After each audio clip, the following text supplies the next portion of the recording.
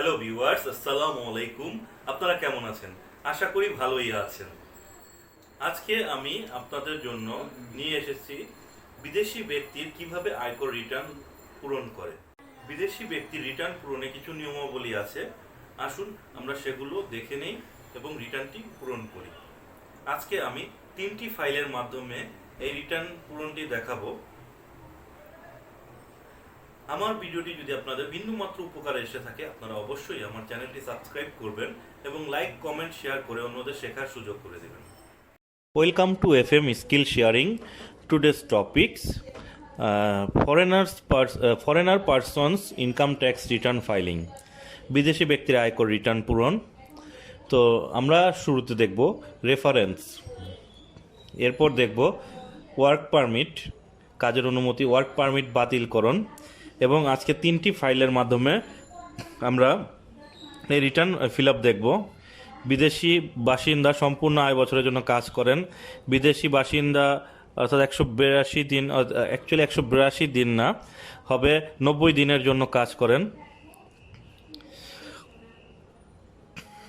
আচ্ছা, এটা ঠিক করে নিলাম। বিদেশি অনাবাসিক অর্থাৎ 2টি পৃথক আয় বর্ষে কাজ করেন। এই 3 ধরনের ফাইল নিয়ে আজকে আমরা দেখব। তো শুরুতে আমরা রেফারেন্সগুলো দেখে নিচ্ছি। একজন বিদেশি ব্যক্তির আয়কর রিটার্ন পূরণে আপনাকে এই রেফারেন্সগুলো জানতে হবে। শিডিউল 2তে বলা আছে অনাবাসীর জন্য আয়কর হার। সেকশন 2 সাবসেকশন 55-এ বলা আছে বাসিন্দা অর্থাৎ রেসিডেন্ট। 42-তে বলা আছে 2 এর সাবসেকশন 42-তে অনাবাসিক। তারপর হচ্ছে অনাবাসিকদের আয় থেকে কর্তন। বাংলাদেশ ত্যাগকারী ব্যক্তির কর নির্ধারণ। বাংলাদেশ ত্যাগকারীর জন্য কর পরিশোধ সার্টিফিকেট প্রয়োজন। তো শুরুতে আমরা শিডিউল 2 অর্থাৎ রেফারেন্সটি দেখব। এটা তফসিল 2 এর প্রথম অংশের অনুচ্ছেদ খতে 3 নম্বর প্যারায় বলা আছে কোম্পানি এবং ব্যক্তি সংঘ নহে বাংলাদেশে অনাবাসিক অর্থাৎ অনাবাসী বাংলাদেশি ব্যতীত এইরূপ অন্যান্য সকল প্রকার করদাতার ক্ষেত্রে আয়ের ওপর 30%। আচ্ছা, এরপর সেকশন 2 সাবসেকশন 55-এ বলা আছে রেসিডেন্ট অর্থাৎ বাসিন্দা হতে হলে কোনো বিদেশি ব্যক্তি ক্ষেত্রে তাকে বাংলাদেশে 182 দিনের বেশি বসবাস করতে হবে একটা ফাইন্যান্সিয়াল ইয়ারে, ইনকাম ইয়ারে। এবং দ্বিতীয় শর্ত হচ্ছে সে যদি 182 দিন না থাকে তাহলে তাকে কমপক্ষে 90 দিন চলতি বছরে থাকতে হবে, 90 দিন অথবা তার বেশি।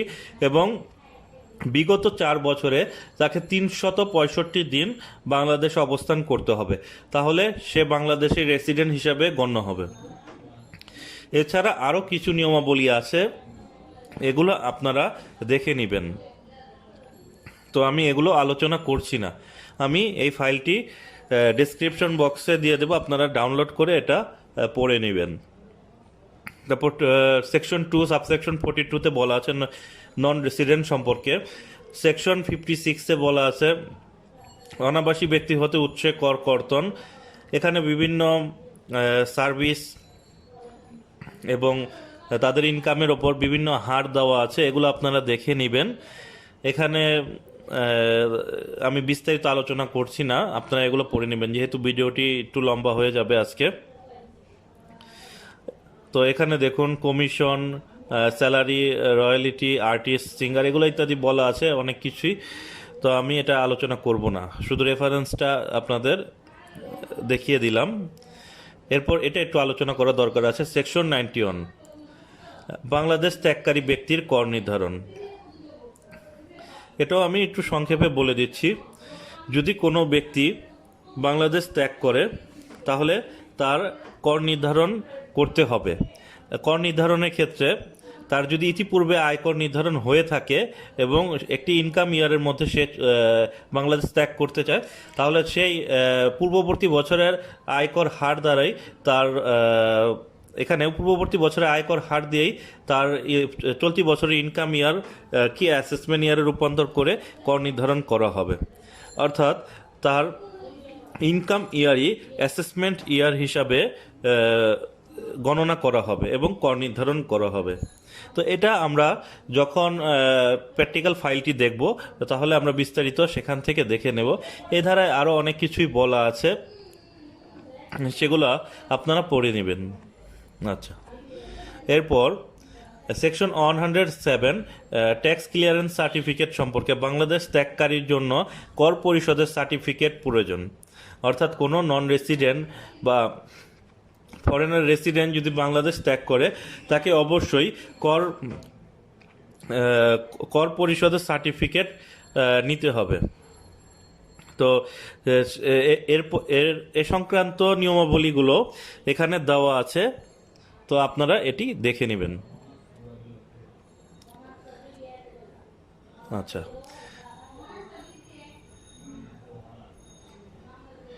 এরপর আমি দেখাবো হচ্ছে ওয়ার্ক পারমিট এবং ওয়ার্ক পারমিট ক্যান্সেলেশন।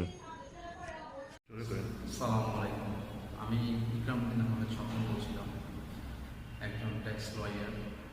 মূলত আপনাদের সাথে কথা বলার উদ্দেশ্য হচ্ছে যে আমি ফরেনার্সদের বিডা এবং বড় ইনভেস্টমেন্ট রিলেটেড যে ধরনের ডকুমেন্টারি প্রসেস করা লাগে সেগুলো যদি কেউ করতে চান সেগুলো করার পরে আমি সহযোগিতা করতে পারি।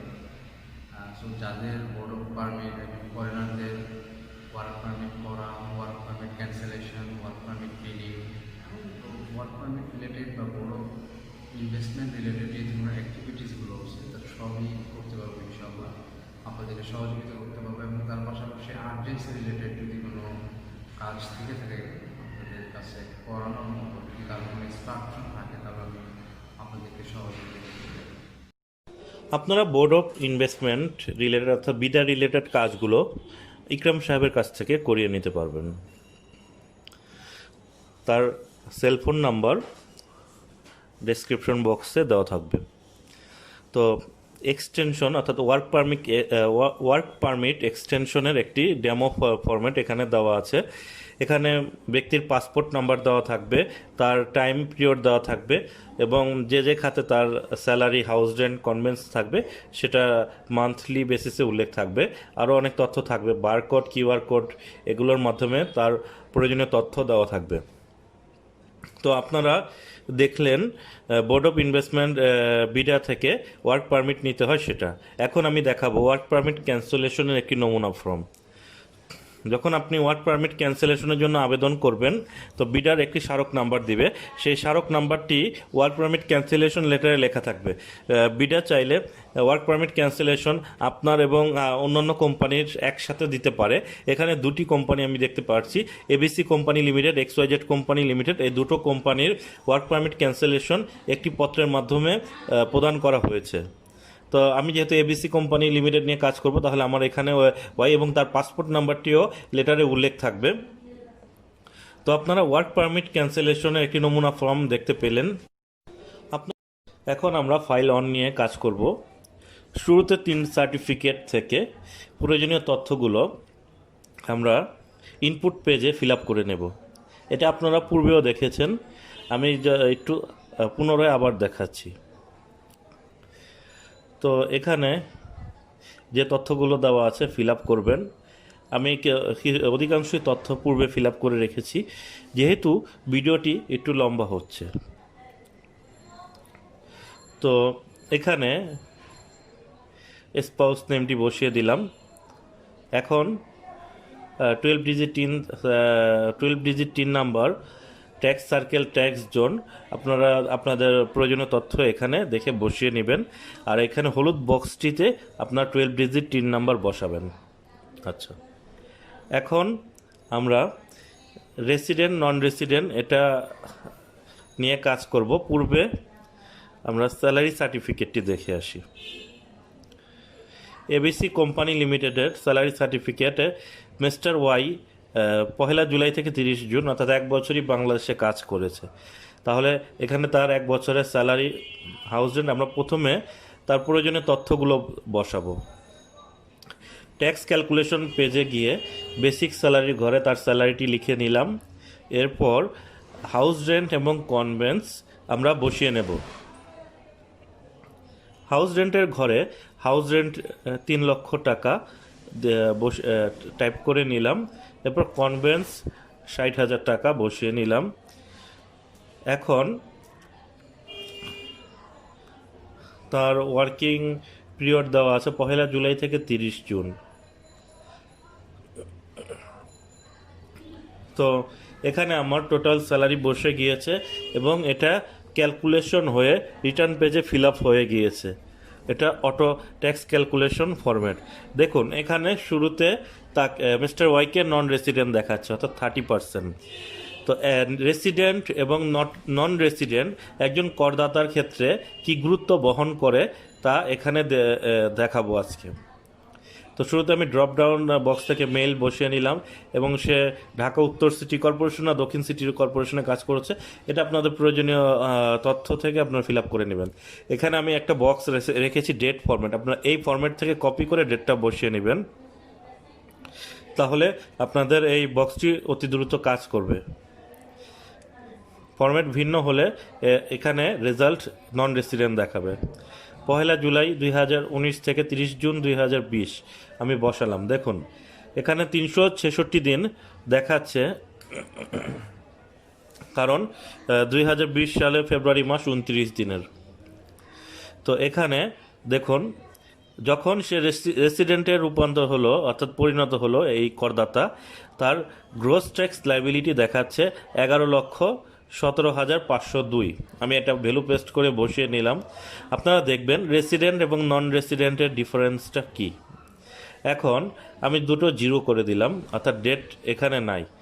দেখুন এটা নন রেসিডেন্ট দেখাচ্ছে। তো নন রেসিডেন্ট দেখালে তার সরাসরি 30%, অর্থাৎ এখানে তাকে কর পরিশোধ করতে হবে 15,87,002 টাকা। তাহলে যদি মিস্টার ওয়াই নন রেসিডেন্ট হয়ে থাকে তাহলে তাকে অতিরিক্ত কর পরিশোধ করতে হবে কত টাকা, এটা একটু দেখুন। এখানে 4,69,540 টাকা। তাহলে আপনারা বুঝতে পারছেন আবাসিক অনাবাসিক মর্যাদা একজন করদাতার ক্ষেত্রে কি গুরুত্ব বহন করে কর নির্ধারণের ক্ষেত্রে। তো আমি এটি মুছে দিচ্ছি। আচ্ছা এখন এভাবে যাবেন, আমি আনডু করে নিচ্ছি, আনডু করে নিলে ডেট ফরম্যাটটা ঠিক থাকবে। আচ্ছা এটা মুছে দিলাম। এখন লক্ষ্য করুন এখানে রিটার্ন পেজে আমরা যে ইনপুট দিয়েছি ইনপুট পেজ থেকে করদাতার নাম ঠিকানা সব কিছু এখানে অটো চলে এসেছে এবং ট্যাক্স ক্যালকুলেশন পেজ থেকে gross taxable income, gross tax liability, net tax liability এখানে চলে এসেছে। যেহেতু তার কোনো ইনভেস্টমেন্ট আমি দেখাইনি, ইনভেস্টমেন্টের উপর রিবেট দেখাইনি, তাহলে এটা তার ফাইনাল ট্যাক্স লাইবিলিটি। এখানে IT10B আপনারা ফরেন এমপ্লয়ির ক্ষেত্রে IT10B আমার ব্যক্তিগত মতামত না দেওয়াই ভালো। এছাড়া আপনি কি কি ডকুমেন্ট সাবমিট করবেন তা এখানে আমি একটা লিস্ট দিয়ে দিয়েছি। এখানে ওয়েলথ এটাও আমি জিরো করে দিচ্ছি, কারণ প্রত্যেকটি বিদেশি করদাতা অর্থাৎ ফরেনার তারা এদেশে ইনভেস্টমেন্ট খুবই কম করে, তারা রেমিটেন্সের মাধ্যমে প্রপার চ্যানেলের মাধ্যমে। এখন আমরা দ্বিতীয় ফাইলটি নিয়ে দেখব, foreigner resident work for 90 days. আমার দ্বিতীয় কন্ডিশনটি ছিল একজন নন রেসিডেন্ট, অর্থাৎ নন রেসিডেন্ট বলা ঠিক হবে না, একজন ফরেনার বাংলাদেশে যদি একটা ইনকাম ইয়ারে 90 দিন অথবা তার বেশি দিন অবস্থান করে এবং বিগত 4 বছরে 365 দিন বাংলাদেশে অবস্থান করে, তাহলে তাকে রেসিডেন্ট হিসাবে গণ্য করা হবে। তো এখানে আমরা স্যালারি সার্টিফিকেটে দেখলাম মিস্টার ওয়াই চলতি বছরে 90 দিনের মতো রয়েছে এবং বিগত 4 বছরের তথ্য দেওয়া আছে। তো আমরা শুরুতে এখানে ট্যাক্স ক্যালকুলেশন পেজে গিয়ে তার স্যালারি সার্টিফিকেট থেকে তথ্যগুলো বসিয়ে নেব।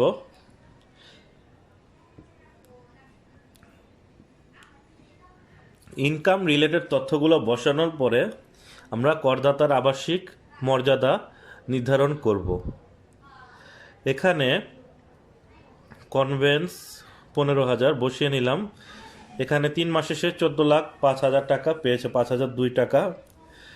এখন তার কারেন্ট ইয়ারে সে বাংলাদেশে অবস্থান করেছে কত তারিখ থেকে আমরা একটু দেখে নিচ্ছি স্যালারি সার্টিফিকেট থেকে। এখানে গ্রোস ট্যাক্স লাইবিলিটি দেখুন 30% হিসাবে 3,94,501 টাকা এসেছে। যদি সে রেসিডেন্ট হয় তার কত টাকা দিতে হবে এটা আমরা একটু দেখে নেব। 1 এপ্রিল থেকে আমরা ডেট ফরম্যাটটা কপি করে বসিয়ে নিলাম। 1 এপ্রিল 2020 থেকে 30 জুন 2020 তার চলতি বছর অর্থাৎ কারেন্ট ইয়ারে, ইনকাম ইয়ারে তার অবস্থানের ডেট এখানে দেওয়া আছে। আচ্ছা, এটা 20 করতে হবে, আমি 20 লিখে দিলাম। দেখুন কারেন্ট ইয়ারে সে 91 দিন অবস্থান করেছে। এখন দ্বিতীয় কন্ডিশনে অবশিষ্ট শর্ত হচ্ছে তার প্রিভিয়াস 4 ইয়ারে তার 365 দিন থাকতে হবে। Mister Y China citizen came from Bangladesh first July 2016। যে তথ্যগুলো আছে আমি ইয়ার অনুসারে পর্যায়ক্রমে আমি বসিয়ে যাব। আপনারা সেই তথ্যটি কালেক্ট করে এখানে ইনপুট দিবেন। তো ইনপুট দিলেই তার প্রয়োজনীয় তথ্যগুলো অটো ক্যালকুলেশন হয়ে যাবে এবং আপনারা বুঝতে পারবেন তিনি কি রেসিডেন্ট না নন রেসিডেন্ট।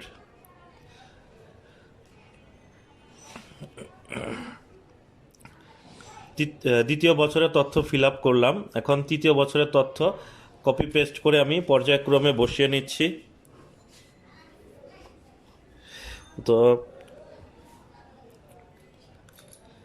এখানে এখন পর্যন্ত 156 দিন হয়েছে। এখন চতুর্থ বছরে ডেটটি আমি বসাবো। আচ্ছা, এখন লক্ষ্য করুন তার টোটাল প্রিভিয়াস 4 ইয়ারে 365 দিন সে অবস্থান করেছে। তাই কন্ডিশন যেহেতু ফিল আপ করেছে এখানে সে রেসিডেন্ট হিসাবে গণ্য হবে। তাহলে এখন ফরেনার রেসিডেন্ট হিসাবে গণ্য হবে, তারকে ট্যাক্স পে করতে হবে 1,38,000 টাকা। তো আপনারা বুঝতে পারলেন একজন করদাতার আবাসিক অনাবাসিক মর্যাদা কি গুরুত্ব বহন করে কর প্রদানের ক্ষেত্রে। দেখুন এটা যদি আমি 3 তারিখ দিই অর্থাৎ 89 দিন, তাহলে কন্ডিশন ফিল আপ করেনি, অর্থাৎ দ্বিতীয় শর্ত অনুযায়ী প্রথম চলতি বছরে 90 দিন বা তার বেশি অবস্থান করেনি, তাই তাকে অনাবাসিক অর্থাৎ নন রেসিডেন্ট দেখাচ্ছে। আবার ধরুন চলতি বছরে সে 90 দিন থেকেছে কিন্তু প্রিভিয়াস 4 ইয়ার অর্থাৎ বিগত 4 বছরে তার 365 দিন হয়নি। আমি একটা নমুনা দেখালাম, দেখুন এখানে 30% হিসাবে ক্যালকুলেশন করে 3,94,000 টাকা তার করদায় হয়েছে। তো আপনারা বুঝতে পারলেন কিভাবে করদাতার আবাসিক অনাবাসিক মর্যাদা কর প্রদানের ক্ষেত্রে গুরুত্ব বহন করে। এখন আমি একটি ব্যতিক্রম ফাইল নিয়ে আপনাদের দেখাবো। তো সেটা হচ্ছে একটি ইনকাম ইয়ারে অর্থাৎ তার ইনকাম পিরিয়ড দুটি সেপারেট ইনকাম ইয়ারে। এখন আমরা তৃতীয় ফাইলটি দেখব, foreigner non resident work for 2 separate income ইয়ার। আচ্ছা, দেখুন এখন মিস্টার ওয়াই 1 জানুয়ারি 2020 থেকে 26 সেপ্টেম্বর 2020 সাল পর্যন্ত সে বাংলাদেশে অবস্থান করে, কিন্তু এটা যেহেতু আমার দুটো পৃথক পৃথক ইনকাম ইয়ারের মধ্যে পড়েছে তাই কোম্পানি তাকে একটি স্যালারি সার্টিফিকেটের মধ্যেই দুটো তথ্য দিয়ে দিয়েছে। প্রথম 6 মাসের জন্য তার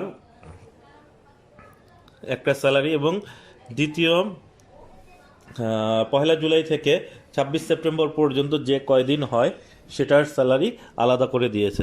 সে এরপরে আর বাংলাদেশে অবস্থান করেনি বা প্রিভিয়াস 4 ইয়ারের মধ্যেও বাংলাদেশে তার আসা যাওয়ার কোনো রেকর্ড নেই। এখন এই ফাইলটি আপনারা কিভাবে ক্যালকুলেশন করবেন? প্রথম এই ফাইলটি ক্যালকুলেশন করতে হলে আপনাকে দুটো কর রিটার্ন দাখিল করতে হবে পৃথক পৃথক। আমি এই শুরুতে রেগুলার কল রিটার্নটি দেখাচ্ছি, তথ্যগুলো মুছে নিচ্ছি। এখানে আমি শুরুতে ট্যাক্স ক্যালকুলেশন পেজে তার স্যালারির অ্যামাউন্টগুলো যেগুলো দেওয়া আছে, salary, house rent, basic house rent এবং কনভেন্স, এগুলো বসিয়ে নেব। বসিয়ে নিলে তার গ্রস ট্যাক্স লাইবিলিটি ক্যালকুলেশন হয়ে যাবে। তারপর আবাসিক অনাবাসিক মর্যাদা ক্যালকুলেশন করব। এখন তার 28,10,004 টাকা, তার এটা আমার অলরেডি রিটার্ন ফাইলেও চলে গিয়েছে। গ্রস ট্যাক্স লাইবিলিটি এখানে যেহেতু আবাসিক মর্যাদা হিসাবে কাউন্ট করেছে 4,52,000। দেখুন অ্যাকনলেজমেন্ট স্লিপটা আপনারা দেখতে পেলেন। আচ্ছা, এখানে জানুয়ারি থেকে 30 জুন সে কারেন্ট ইয়ারে 182 দিন বাংলাদেশে অবস্থান করেছে। এখন সে ওই বছরের জন্য রেসিডেন্ট, কিন্তু সে দ্বিতীয় ফাইন্যান্সিয়াল ইনকাম ইয়ারে জুলাই থেকে 26 সেপ্টেম্বর। এখন এখানে লক্ষ্য করবেন, যেহেতু সে ইনকাম ইয়ারে চলে যাচ্ছে এবং নতুন মানে কর হার এখনও ঘোষণা করা হয়নি, তাই তার ইনকাম ইয়ার কর নির্ধারণী বর্ষ 20-21 হচ্ছে তার আয় বর্ষ এবং কর বর্ষ দুটোই এক হবে। ইনকাম ইয়ার 20-21 এবং অ্যাসেসমেন্ট ইয়ারও 20-21, অর্থাৎ যে বছর ইনকাম ইয়ার সেই বছরই অ্যাসেসমেন্ট ইয়ার। আপনারা 91-এ এর রুলগুলো পড়ে নেবেন, রুলস। আচ্ছা, এখন দেখুন রিটার্ন তো আমার এখানে অ্যাসেসমেন্ট ইয়ার এবং ইনকাম ইয়ার সেম দেখাচ্ছে।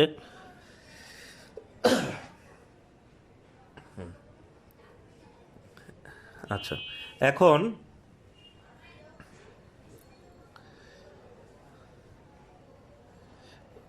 এখন আমি এখানে তার স্যালারি, হাউস রেন্ট, কনভেন্স বসিয়ে নেব। তো বসিয়ে ক্যালকুলেশন করে তার গ্রস ট্যাক্স লাইবিলিটি নির্ধারণ করব। এরপর